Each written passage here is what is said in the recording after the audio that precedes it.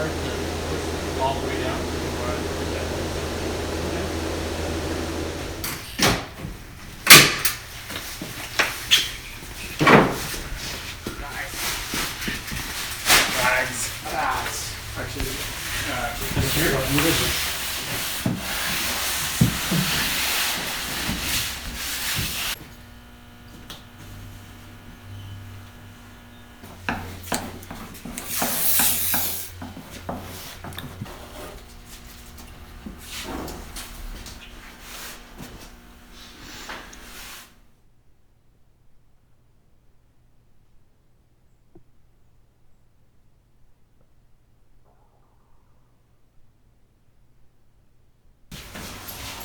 When you're unfolding it, try to keep it smooth, don't take any wrinkles. Okay, and pull it back and forth.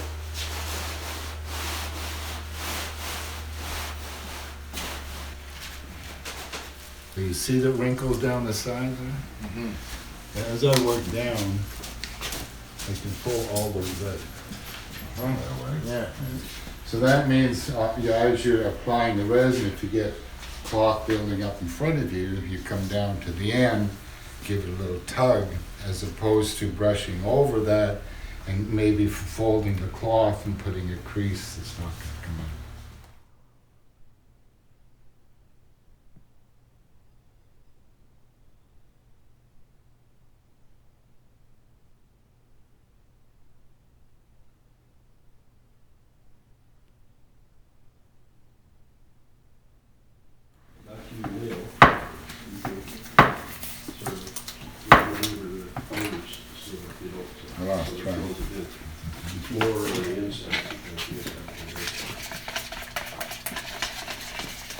So stir for at least a minute. Change directions. Make sure you're getting down in the corner, the bottom of your container. So if you're doing this at home, you'll just yourself or with a helper. I would suggest begin here. Do a swath like this, kind of a comfortable arm's length. And then work out to the end, which is going to anchor this cloth. Then go around the other side and do the same thing there. Then come back here and do the next batch here. Back and forth, back and forth, back and forth. The point of that is, it's important to keep a wet edge and to keep that wet edge advancing. If you leave it too long, even though you come back and you have fresh beside it, you're going to get what I call a halo in between those two areas. So when I'm applying this, I'm not brushing. All I'm doing is using the brush. The useful part of it is going to be around the outside of the bristles. It's not within the bristles. So I'm going to drag it over like this. When it stops coming off, flip it over and keep on dragging. Don't worry about what it looks like as long as there's enough to saturate the cloth and the wood, because once that wood has absorbed everything it wants, we're going to go over with this squeegee, scrape off all the runs and the foam and all that kind of stuff, and it'll end up being beautiful. You draw it down like that, and you see the gob there, but by the time they hear it, there's not too much. Flip it over and keep on going. Yeah, if you keep a low angle, it really helps to keep the foam out of it. If I come up here, kind of like stirring the pot. Okay, so as I advance, I'm keeping an eye on what I've done and how it's soaking in. Now here we see a bubble. So I'm not going to add more to it, I'm just going to poke it down, which brings the air that was under it up to the top. Here, do you see how it's still kind of white? It means there's probably not enough on it. Here, I've missed this little spot. So when you get down to the bottom, use kind of a sponging motion. So I'm laying the brush over and squeezing, and it comes out, squeezing, it comes out. If I better have a big gob on here and I brush it, it's going to run all over the place.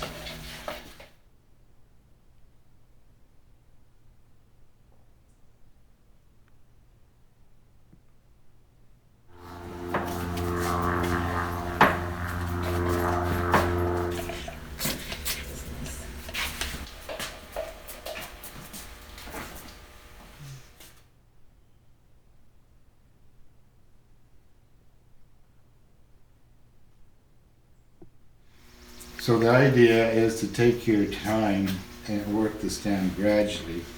Keep the squeegee really low. If you hold it like this, your 3 fingers here control the pressure on top of the blade. Your thumb and little finger can control the curve of it. If I was to do it like this, these corners would dig in and it would scrape them dry. So you want to have a little bit of a camber so the corners don't dig in. If you have an angle low enough so your thumb is almost dragging, there's no danger of squeezing too much out of the cloth. If I stand my squeegee up like this, I'm going to scrape the resin out of the cloth. Then when the sun hits it, it's going to be glass again and it's going to look like glass. So I would suggest you work on a section maybe 2 feet long, nice length. Get the bulk of it off. I keep going down there. Then I come back and I go over that again. So I'm looking for that almost a dull texture. You all want to see the cloth, but I don't want to see any shiny bubbles, but I don't want to see that cloth squeeze dry.